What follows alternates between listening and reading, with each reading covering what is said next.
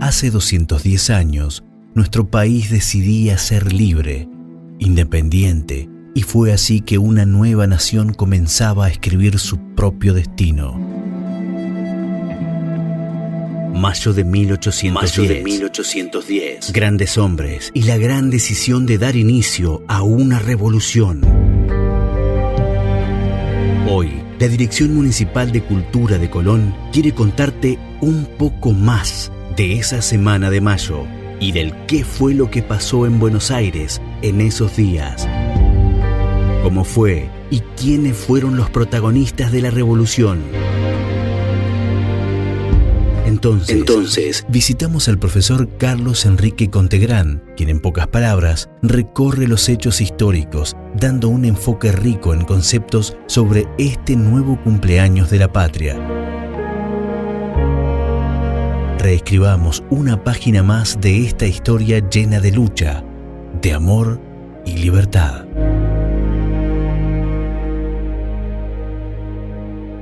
Bueno, estamos en los umbrales de los 210 años de la Revolución de Mayo.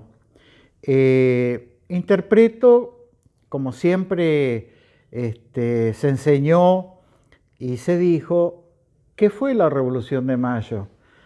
Si nos atenemos al título Revolución de Mayo, creo que merece, aunque parezca obvio, aclarar que la palabra revolución, si uno va a la acepción del diccionario, significa cambio. Y mayo, bueno, el cambio que se produjo en ese momento del año 1810. Quisiera manifestar que desde el punto de vista histórico, la historia tiene varias connotaciones, como son una de ellas la causalidad, que como el nombre lo dice, los hechos históricos no se producen ni por casualidad ni por un hecho fortuito. Siempre existe una causa. La Revolución de Mayo no fue ajena a esta connotación, pero creo que hay que hacer, en los tiempos que vivimos y a una distancia de 210 años, una extrapolación histórica. Si por extrapolación histórica se entiende hacer el análisis del hecho histórico de acuerdo al contexto del momento que ocurrió y no con la mentalidad del presente, entonces la historia realmente tiene sentido y es comprendida en su totalidad.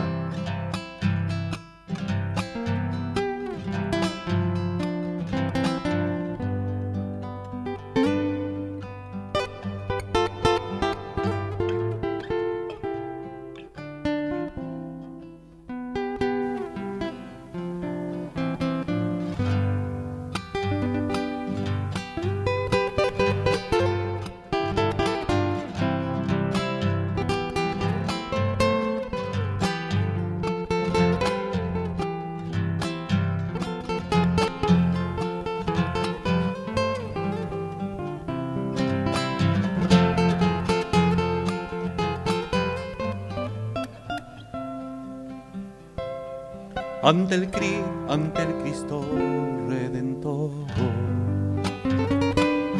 se arrodillaba un arriero y rogaba por las almas de los bravos granaderos. Eran 60 paisanos, los 60 granaderos. Eran valientes cuyanos, de corazones de acero. Quiero elevar mi canto como un lamento de tradición para los granaderos que defendieron a mi nación. Pido para esas almas que las bendiga nuestro Señor. Así nomás. Yo quisiera también, ya que estamos hablando de revolución y de cambios, la humanidad siempre asistió a grandes cambios en su momento, y yo tomaría como referente dos procesos de cambios que siempre marcaron a la humanidad, y uno más contemporáneo que el otro, para poder entender en cierta manera este tema de la Revolución de Mayo. Puntualmente estoy haciendo referencia a la Revolución Francesa de 1789 y a un proceso o casualidad 200 años después, que fue la caída de la Unión Soviética, lo que comúnmente se conoce como el fin de la Unión Soviética y la caída del muro de Berlín. No fueron hechos casuales, tuvieron principios de causalidad, y creo que en cada momento cambiaron a la humanidad de ese momento. Dicho esto, diría que la Revolución de Mayo fue algo similar. En los dos procesos mencionados, los mismos se produjeron por un agotamiento. En historia, siempre los procesos históricos culminan por agotamiento de un proceso. Y la Revolución de Mayo fue eso. Fue el agotamiento de un proceso histórico que puntualmente, si bien tuvo connotaciones políticas, tuvo connotaciones sociales, tuvo otro tipo de connotaciones, su causalidad fue económica. Para los granaderos que defendieron a mi nación, pido para esas almas que las bendiga nuestro Señor. Si nos ubicamos en esta extrapolación en el año 1810, ¿qué sucedía en el entonces virreinato del Río de la Plata? Un sistema mercantil, un sistema económico, que reitere, agotado. Las colonias americanas y las provincias del virreinato estaban asfixiadas económica y financieramente por la metrópoli. Eso exigía, lógicamente, la necesidad de un cambio, si es que se puede sintetizar en pocas palabras. ¿Tenemos antecedentes antes de 1810 de que se anunciaba ese agotamiento? Contesto que sí. Belgrano, como secretario del consulado, en sus famosas memorias, con su mente brillante y su preparación intelectual, estaba como elaborando un plan económico, esa figura maravillosa que ha sido Belgrano, de lo que había que realizar para producir ese cambio. Él está hablando de ese agotamiento y de la implantación de un sistema fisiocrático, si por fisiocracia se entiende que en un país, en un país o en un territorio tan extenso como era el virreinato del Río de la Plata, se diera importancia a la producción agrícola y también de las nacientes industrias, lo que la metrópoli, por supuesto, no permitía. También porque hay otro agotamiento, porque la metrópoli, o sea, España, imponía o cargaba de innumerables impuestos sin darle beneficios a las provincias del virreinato. Lógicamente, Buenos Aires y Montevideo, como ciudades puertos, eran las que más sufrían este embate, y eso explica por qué en los albores de 1810 diríamos algo así como que entró de moda el contrabando. ¿Por qué entró de moda el contrabando? Fue algo necesario. ¿Por qué? Porque los ingleses y sus aliados los portugueses ofrecían mercaderías diversas a precios razonables. Un hecho, por ejemplo, que quiero destacar, que siempre se pregunta si lo podemos relacionar, si en mayo de 1810 hubo paraguas o no. Yo contesto que sí.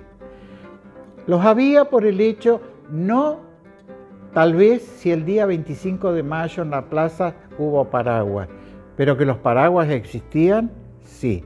Detalle no menor aclararlo. ¿Por qué? Porque justamente los ingleses, entre los tantos productos en la diversidad que ofrecían paraguas. Recuerdo haber leído a un historiador que en su momento, al valor de la moneda de ese momento, un paraguas en Buenos Aires costaba de la moneda entonces 60 centavos, lo que indica que paraguas había. Después sí, podemos decir, reitero, sí, en la plaza hubo o no, como en las pinturas que muestran las láminas escolares, si hubo paraguas o no. Pero retornando al proceso de agotamiento, Belgrano primero, en 1809, Mariano Moreno escribe esa joya económica que se llamó La representación de los hacendados, donde expone todas las dificultades que tenían los hacendados y los productores, los ganaderos de la provincia de Buenos Aires. Y la metrópoli, por supuesto, haciendo oídos sordos a todos estos reclamos. Entonces, hecho el planteo y mostrada la situación histórica de los primeros días de mayo de 1810, a lo que se suma un hecho, diríamos, que favoreció a que mayo fuera 1810 y no antes ni después, fue la situación imperante que vivía Europa con la invasión napoleónica a la península.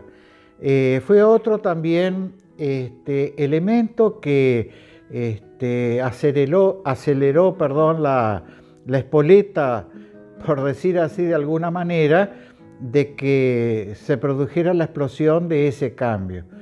Quiere decir, sintetizando, que la situación externa, o sea, Europa, la situación de nuestros vecinos, como los portugueses del Brasil, y la situación interna de las provincias del virreinato, se aliaron para desembocar en el proceso de Mayo. Eso fue Mayo.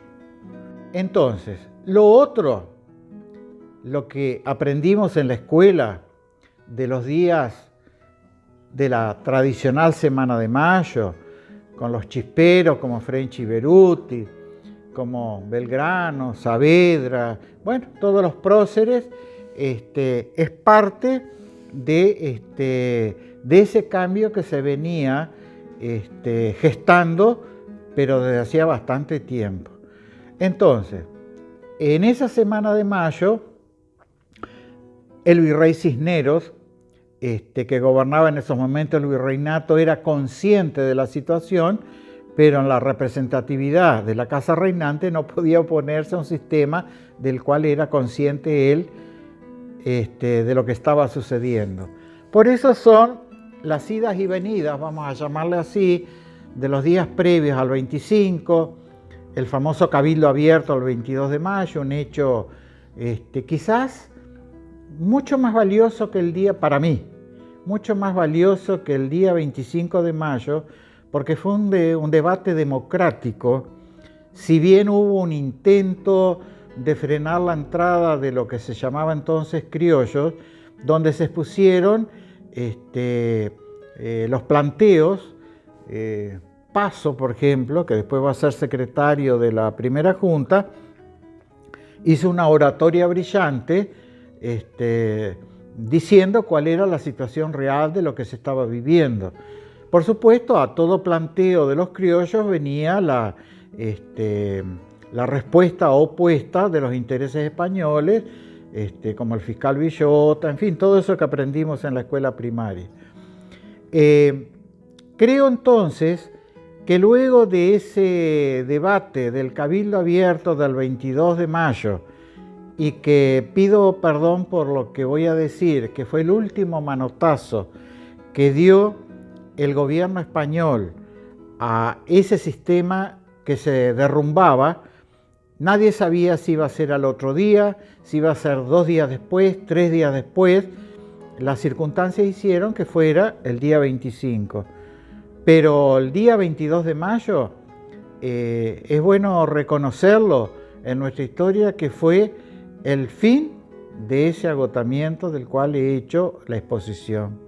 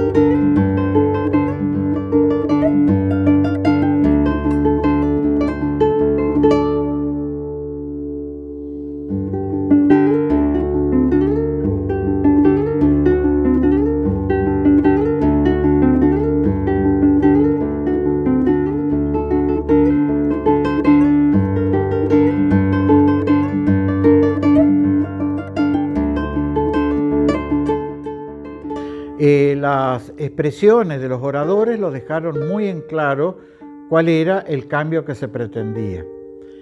También hay que aclarar, porque algunos preguntan, pero ¿cómo se entiende que dentro de la Junta o del primer gobierno patrio y de los 9 miembros que se constituyó en la tarde del 25 hubo españoles?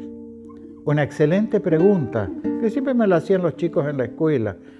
Lógicamente, eso está indicando o ratificando lo que digo, que dentro de los españoles había gente, comerciantes,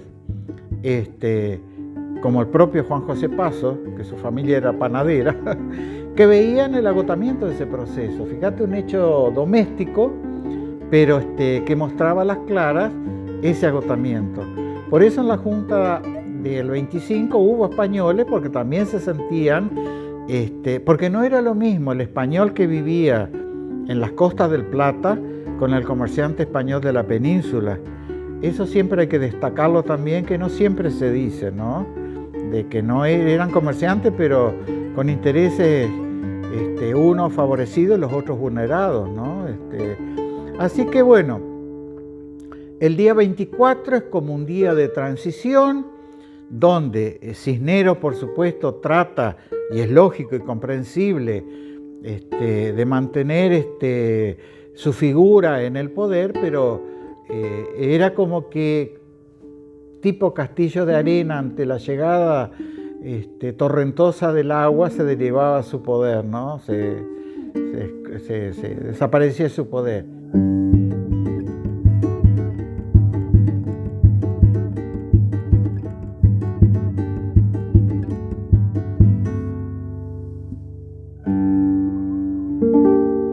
Llegamos al día 25, que es el día que se toma como la gesta, ¿no es cierto?, del famoso día del cambio, pero bueno, festejémoslo más en estos 210 años, pero haciendo, vuelvo a reiterar, un análisis profundo de lo que fue para la historia del momento, este hecho que lógicamente, como se dice muy bien, tanto las estrofas del himno como los poetas que le han cantado a las fiestas mayas, el nacimiento de una nueva y gloriosa nación, que en realidad creo que lo fue. 3 años más tarde, don Vicente López y Planes redactará sus famosas estrofas del himno nacional, que en esto yo quisiera también, si ustedes me permiten, hacer una aclaración, porque no veo que se difunda mucho y es bueno decirlo, porque me gusta que la historia se la vea como un proceso, ¿no es cierto?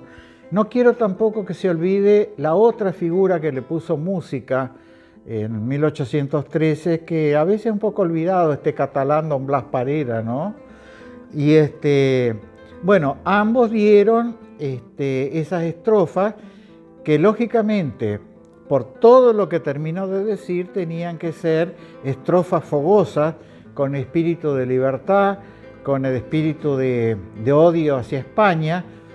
Si uno lee las estrofas del himno, no el que cantamos hoy, sino el original, van a ver ustedes que las estrofas dicen por ahí al ibérico y altivo león,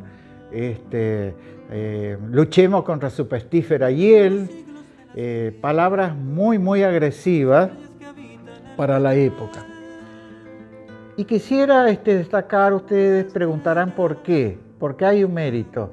Muchos años después, cuando por supuesto ya había pasado el proceso de Mayo, habían pasado las guerras civiles argentinas y entramos en la otra organización del país, la organización legal con la Constitución Nacional y Urquiza en 1853, y que Urquiza como primer presidente constitucional en 1854 envía a un brillantísimo tucumano como diplomático ante España para que reconozca nuestra independencia, porque es bueno decir algo en esto. Nos podemos declarar independientes, pero no somos independientes en la medida que los de afuera nos reconozcan como tal. Y esto, o sea, que de 1810 a 1854 no fuimos reconocidos por todo el mundo como un país independiente. Es bueno también recordarlo. Y Urquiza, como primer presidente constitucional en Paraná, capital provisoria en ese entonces la Confederación, lo envía a Alberdi. Me gustaría hacer esta relación para cerrar el capítulo de Mayo, ¿no? Lo envía Alberdi a España a solicitar el reconocimiento definitivo de la independencia argentina, y lógicamente Alberdi, como abogado brillante que fue, padre de nuestra Constitución, les hizo entender a los españoles que ya no tenía sentido seguir negando algo que la realidad del mundo entero ya nos había reconocido. Y España termina, por supuesto, no en forma rápida, después de numerosas gestiones, reconociendo la independencia de la República Argentina, que había sido manifestada el 9 de julio, años después, ¿no es cierto?, de 1816.